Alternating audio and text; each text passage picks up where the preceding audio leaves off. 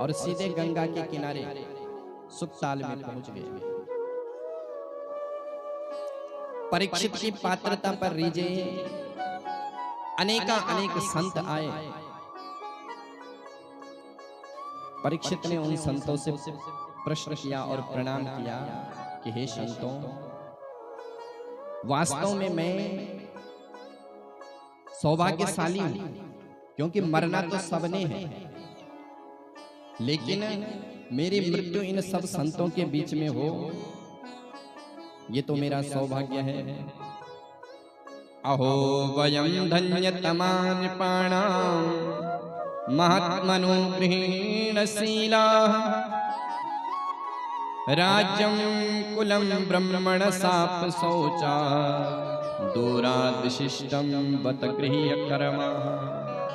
अहो वयं धन्यतमा नृपाण, मैं धन्य हूं, मरना तो सबने है। उन संतों से राजा परीक्षित ने प्रश्न किया कि महाराज, मैं तुमसे पूछता हूं कि मरने वाले को क्या करना चाहिए। प्रश्न कर ही रहे थे कि इतने में व्यास नंदन भगवान सुखदेव का रूप धारण करके अपने भक्त पर कृपा करने के लिए पुनः आए। पहले भी भक्त की रक्षा करी मातृगर्भ में ब्रह्मास्त्र से भगवान ने, और आज पुनः उसी भक्त की रक्षा करने के लिए भगवान सुखदेव के रूप में आ रहे हैं। तत्राद्भवत भगवान व्यास पुत्रो यदृक्षया गामन मानोनपेक्षा अलक्षलिंगो निजलावतुष्टः वृतश्च बालैरवधूत भेषः। तत्राद्भवत भगवान व्यास पुत्र हो, आज भगवान ही अपने भक्त की रक्षा के लिए आ रहे हैं। जरूरी नहीं है कि भगवान हमारे सामने राम और कृष्ण बनकर के आए, न जाने किस भेष में नारायण मिल जाए। अनेक रूप आया, उसके तो अनेक रूप हैं। यदि भगवान हमारे सामने प्रकट भी हो जाए और अगर हमारी दृष्टि उनको न पहचाने तो बेकार है। भगवान को पहचानने की दृष्टि होनी चाहिए, और जिसमें वो दृष्टि है भगवान न जाने किस भेष में आ जाते हैं। राम जी सुग्रीव पर कृपा करने के लिए जा रहे हैं ऋष्यमुख पर्वत पर, और सुग्रीव ने जब राम लक्ष्मण को दूर से देखा तो सुग्रीव ने कहा, हनुमान, मुझे लगता है कि बाली ने मेरे को मारने के लिए राजकुमार भेजे हैं।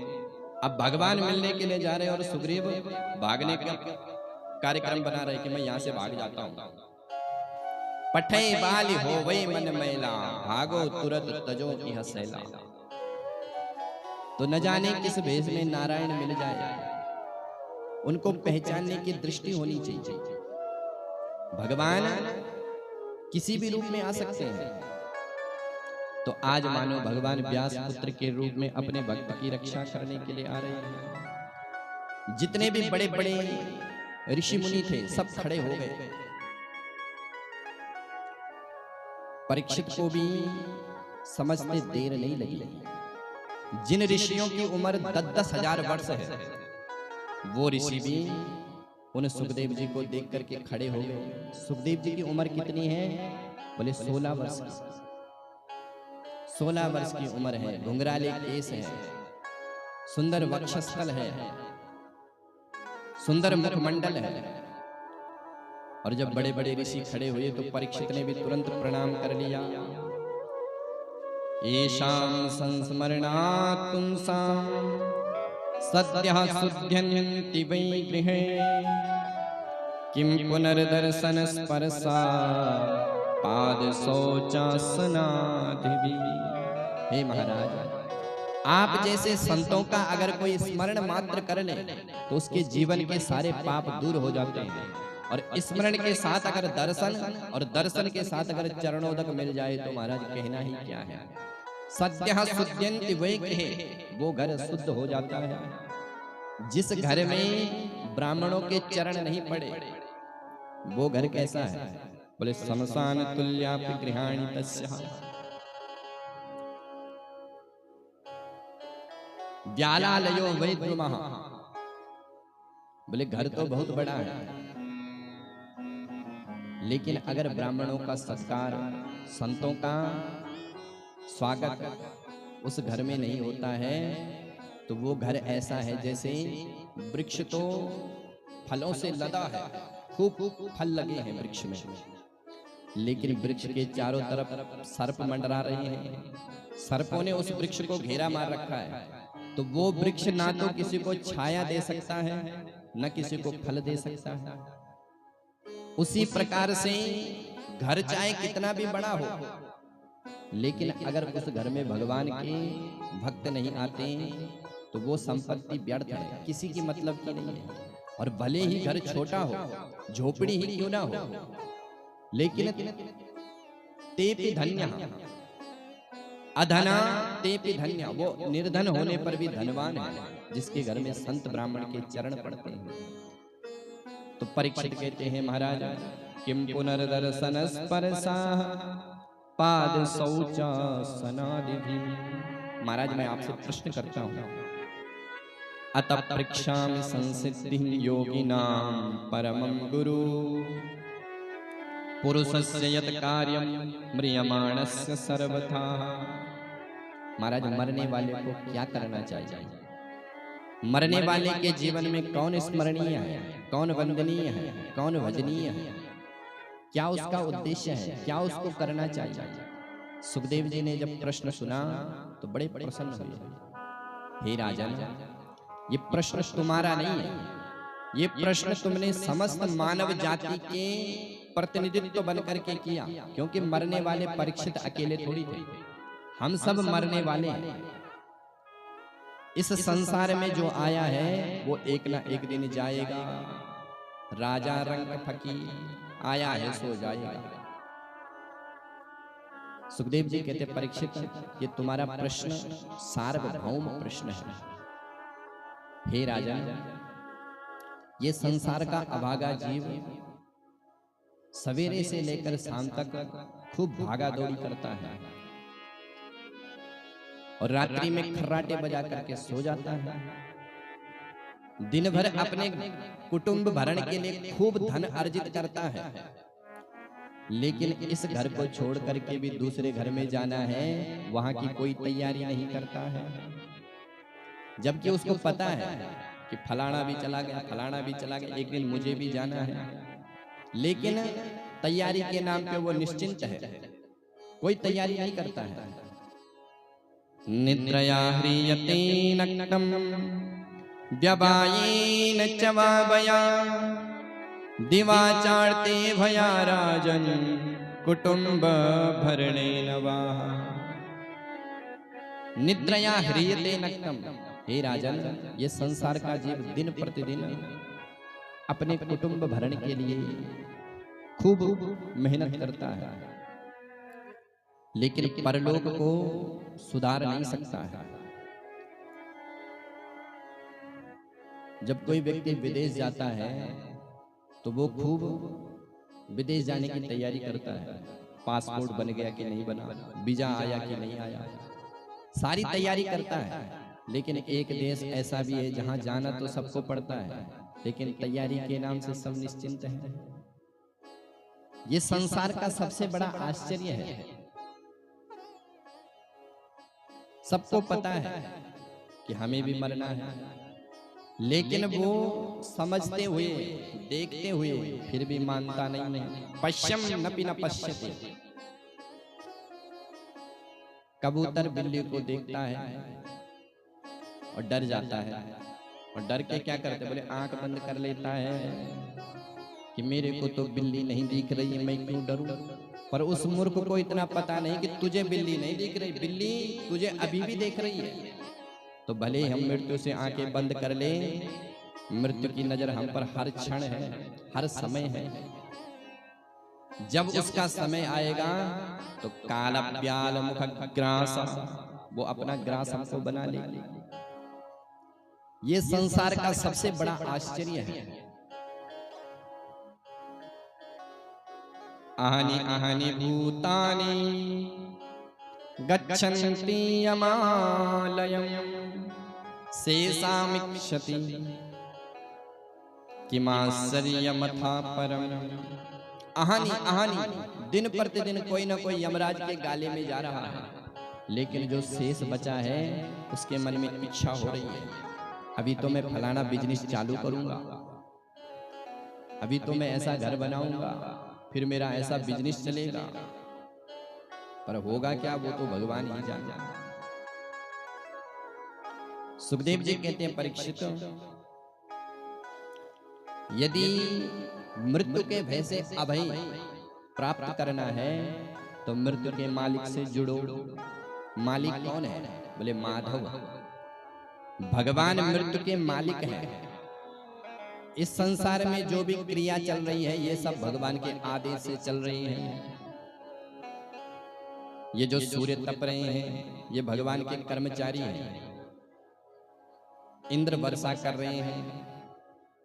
मदभयात् वाति वातोयं सूर्यस्तपति मदभया वर्षतीन्द्रो द्यहत्यग्निर् मृत्युश्चरति मदभयात्। अग्नि भगवान के भय से जला रही है, सूर्य भगवान के भय से प्रकाश कर रहे हैं, मृत्यु भगवान के भय से मार रही है। ये सब भगवान के कर्मचारी हैं। भगवान इन सब के मालिक हैं। और मृत्यु से अगर अभय प्राप्त करना है तो मृत्यु के मालिक से अपना संबंध जोड़ो। महाराज, संबंध कैसे जुड़े? उसके लिए 3 बातों का अभ्यास बताया। बोले जो भी भगवान से अपना संबंध जोड़ना चाहता है वो 3 बातों का अभ्यास करे। महाराज बताइए कौन से 3 बातें? तो तस्मात् भारत सर्वात्मा भगवान हरि ईश्वरो श्रोतव्यः कीर्तितव्यः स्मरतव्यश्चिता भयम्। जो जीव भगवान से संबंध जोड़ना चाहते हैं सबसे पहला साधन है श्रोतव्य। भगवान की कथा को सुनो। सुन सुन करके भगवान से प्रेम होता है। जब तक हमें भगवान के गुणों के बारे में पता नहीं होगा तब तक हम भगवान से प्रेम नहीं कर सकते। क्योंकि प्रेम कब होता है? जब उसके गुणों के बारे में हम जानते हैं कि भगवान के इतने दिव्य गुण हैं। तो सबसे पहला साधन है श्रवण, कथा सुनो। और सुन सुन करके जब प्रेम हो जाए तो कीर्तन करो। कीर्तितव्यः। माँ अपने बालक से कितना प्रेम करती है। उसका बालक अगर कोई अच्छा काम करे तो माँ बार बार उसका वर्णन करेगी, बार बार लोगों से कहेगी। क्यों? बोले प्रेम है इसलिए कह रही है। तो जब सुन सुन करके प्रेम हो जाएगा तब उसका कीर्तन करने का मन होगा। और तीसरा साधन है स्मरतव्यः। स्मरण करो। हमने ना तो कथा सुनी न कीर्तन किया और बाबा रामदेव का योगा किया। अब जब योगा वैसे योगा नहीं है, योग है। तो योग में क्या आएगा? ध्यान में क्या आएगा? संसारी आएगा। योग जो अष्टांग योग है, यम नियम आसन धारणा ध्यान प्रत्याहार समाधि, तो इन नियमों का पालन करने के बाद योग किया जाता है। ऐसा नहीं कि सीधे अनुलोम विलोम कर दिया, कपाल भारती हो रही है। करो, अच्छी बात है, अभ्यास होना चाहिए। लेकिन सबसे पहले योग का अर्थ क्या होता है? पहले लोगों को पता ही नहीं कि योग किसे कहते हैं। योग का अर्थ होता है भगवान से जुड़ना। भगवान ने गीता में 8 प्रकार के योग बताए। ध्यान योग, कर्म योग, ज्ञान योग। योग का अर्थ होता है भगवान से जुड़ना। तो जुड़ने के लिए सबसे सरल साधन है श्रोतव्य, कथा सुनो। प्रथम भक्ति, संतों का संग है। संतों के संग से भगवान की कथा सुनो। प्रथम भगति संतन कर संगा।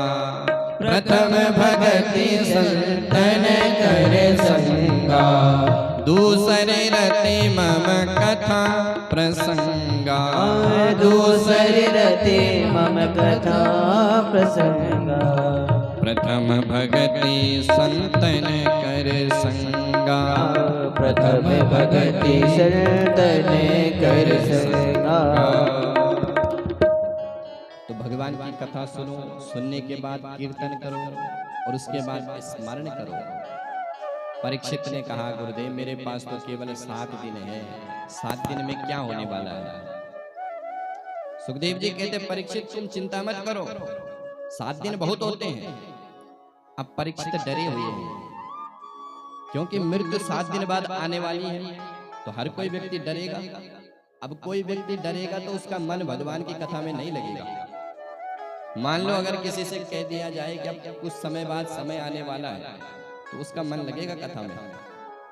तो सुखदेव जी परीक्षित को भय से मुक्त कराने का प्रयास कर रहे हैं कि हे राजन तुम चिंता मत करो। एक राजा खटवांग नाम के राजा थे। खटवांगो नाम राजर्षि।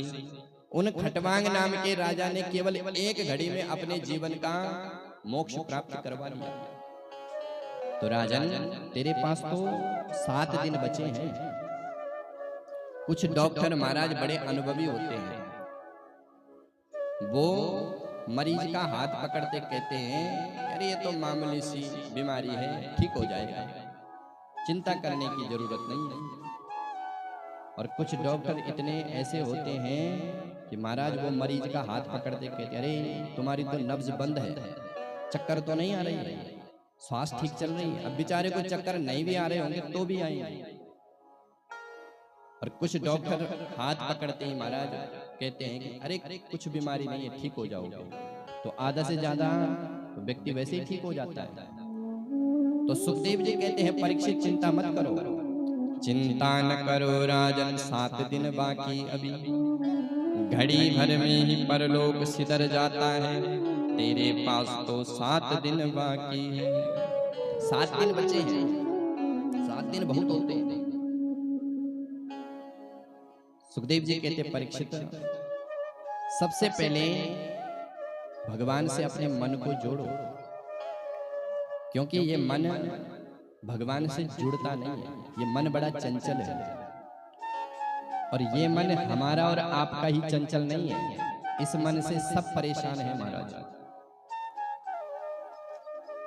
नित्य भगवान के संग में रहने वाले अर्जुन वो भी कहते हैं कि हे केशव, इस मन को मैं अपने बस में करना ऐसा समझता हूं जैसे हवा को रोकना। चंचलम ही मन कृष्ण प्रमादी बलवदृढ़म, तस्से हम निग्रहम मन्ये वायुर्वि सुदुष्करम। तो सुखदेव जी कहते परीक्षित भगवान से मन लगाने के लिए 4 बातों का अभ्यास और करना पड़ेगा। कैसे महाराज? तो 4 बातों का अभ्यास बताया।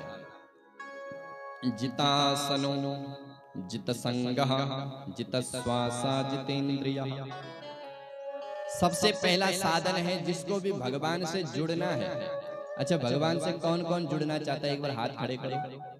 कोई नहीं जुड़ना चाहता है? बहुत बढ़िया, क्या बात। अभी भी लोग संकोच से खड़े कर रहे हैं ऐसे ऐसे। आज एकादशी है क्या?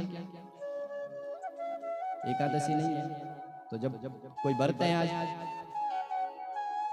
तो हाथ ऐसे खड़े करो। तो जिसको भी भगवान से जुड़ना है उसको सबसे पहला अब नीचे कर दो।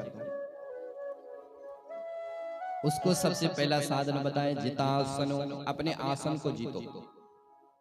एक आसन पर सीधी कमर करके बैठ जाओ। क्यों? बोले जब भजन करने के लिए बैठो तो आसन सिद्ध होना चाहिए। अब महाराज हमारा आसन सिद्ध नहीं है, हम भजन करने के लिए बैठे तो कभी कमर में दर्द हो रहा है, कभी घुटने में दर्द हो रहा है। अब सारा ध्यान तो शरीर पर है, भजन कब करोगे? तो पहला साधन है जिताशनो, जित श्वास। दूसरा साधन है श्वास को जीतो, श्वास पर नियंत्रण करो। कैसे करें महाराज? बोले प्राणायाम से। प्राणायाम से अपने श्वास को जीतो, क्योंकि श्वास और मन का बड़ा संबंध है।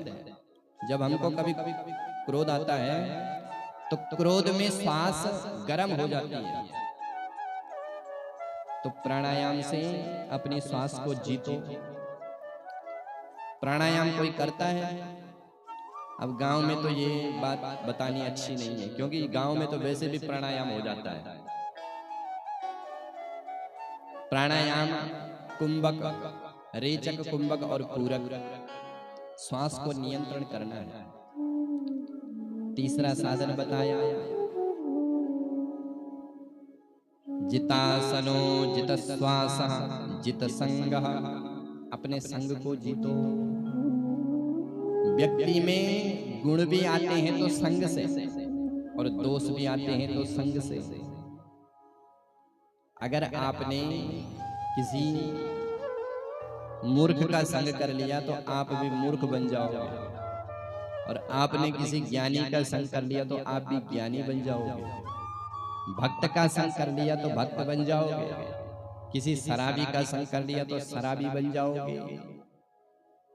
संग का जीवन में बड़ा प्रभाव है, तो जित संग, अपने संग को जीतो। चौथा साधन बताया महाराज जितेंद्रियः, अपनी इंद्रियों को जीतो।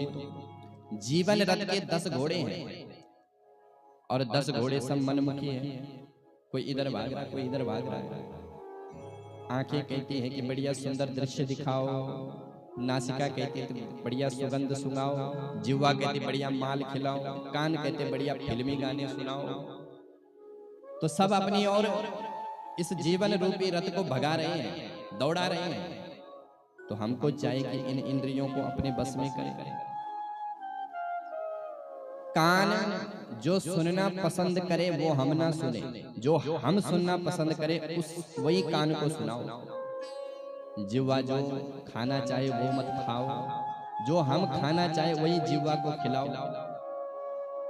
आंखें जो देखना चाहे वो मत देखो, हम जो चाहते हैं वही आंखों को दिखाओ। कैसे करें महाराज? बोले संयम से। देखना इंद्रियों के न घोड़े बड़े, इनमें संयम के हरदम में कोड़े पड़े। अपने रथ को सुमार्ग लगाते चलो, कृष्ण गोविंद गोपाल गाते चलो।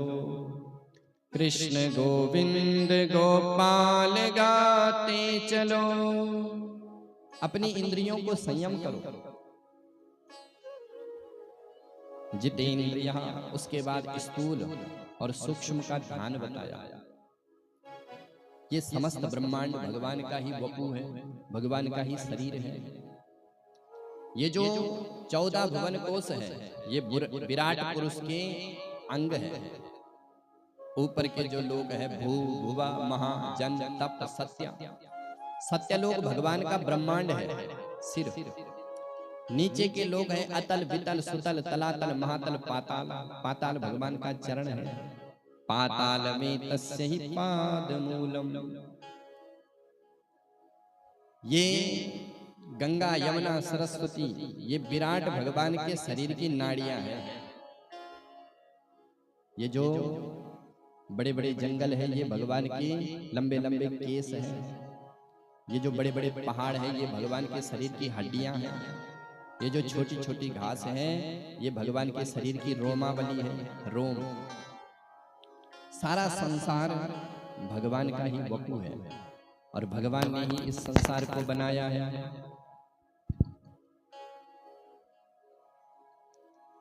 भगवान इस समस्त संसार के नियामक हैं।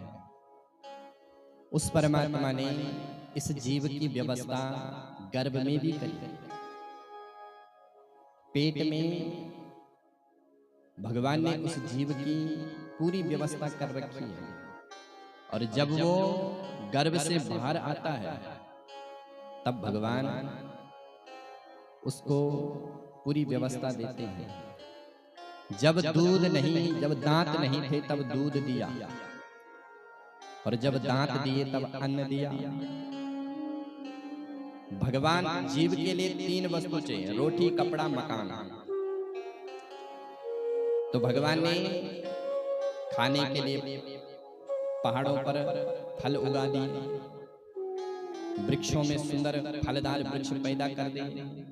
रहने के लिए सुंदर सुंदर गुफाएं तैयार कर ऐसी ऐसी गुफा है महाराज कि आप कभी दर्शन करना, बद्रीनाथ आदि और इधर चित्रकूट आदि में ऐसी ऐसी गुफाएं हैं भगवान ने तैयार कर रखी है कि गर्मी में अगर आप उस गुफा में जाओगे तो ऐसा लगेगा कि जैसे एसी चल रहा है, एयर कंडीशनर, और सर्दी में जाओगे तो गर्म भाप उन गुफाओं में।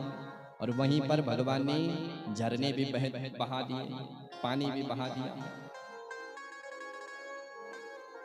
भगवान ने सब संसार बनाया है और कितनी सुंदर भगवान की कृति है।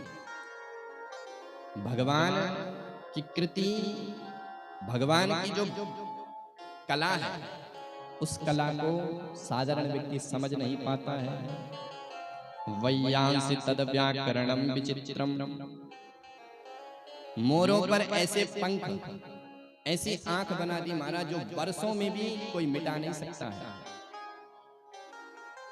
धान की बालियों के बीच में जो बैठा है उसकी ऐसी सुंदर कृति है। कितना सुंदर इस भारतवर्ष को सजाया है। और भारतवर्ष में भी उत्तराखंड कितना सुंदर ये उत्तराखंड है। भगवान ने जब इस संसार को बनाया होगा, इस मनुष्य को बनाया होगा, तो भगवान बड़ा प्रसन्न हुआ होगा कि मैंने कितना सुंदर इस मनुष्य को बनाया।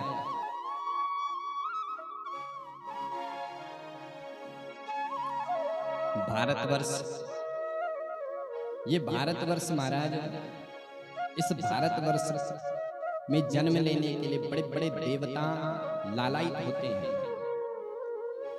और भारतवर्ष में भी उत्तराखंड, सुंदर सुंदर पहाड़ है। कितना सुंदर ये भगवान ने हमको ये उत्तराखंड का वास दिया। हम भाग्यशाली हैं। अगर हमारा जन्म दिल्ली और बम्बई में होता तो महाराज हम भाग्यशाली नहीं थे, लेकिन उत्तराखंड में हमारा जन्म हुआ। प्यारो मेरो मुल्क मेरो पहाड़, प्यारो मेरो मुल्क मेरो पहाड़, प्यारो मेरो मुल्क मेरो पहाड़, प्यारो मेरो मुल्क मेरो पहाड़। स्वर्ग की सीढ़ी अख, स्वर्ग की सीढ़ी अख, मोक्ष के द्वार, प्यारो मेरो मुल्क मेरो पहाड़, प्यारो मेरो मुल्क मेरो पहाड़। गंगा जमुना यख, गंगा जमुना यख, बद्र केदार, प्यारो मेरो मुल्क मेरो पहाड़, प्यारो मेरो मुल्क मेरो पहाड़। बोलिए उत्तराखंड धाम की।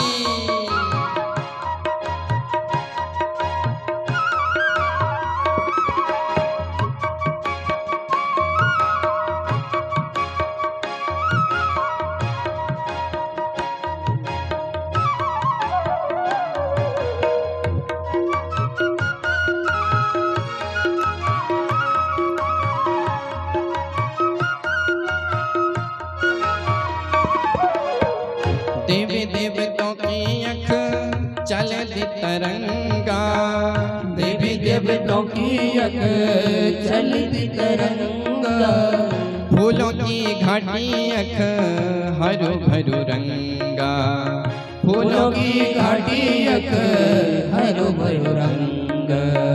देवी देवतों की अख चलती तरंगा, देवी देवतों की अख चलती तरंग, फूलों की घाटी अख हरो भरो रंगा, फूलों की घाटी अख हरो भरो रंगा। ठंडी ठंडी हवा अख प्यारो देवदार, ठंडी ठंडी हवा अख प्यारो देवदार, प्यारो मेरो मुल्क पहाड़, प्यारो मेरो मुल्क मेरो पहाड़, प्यारो मेरो मुल्क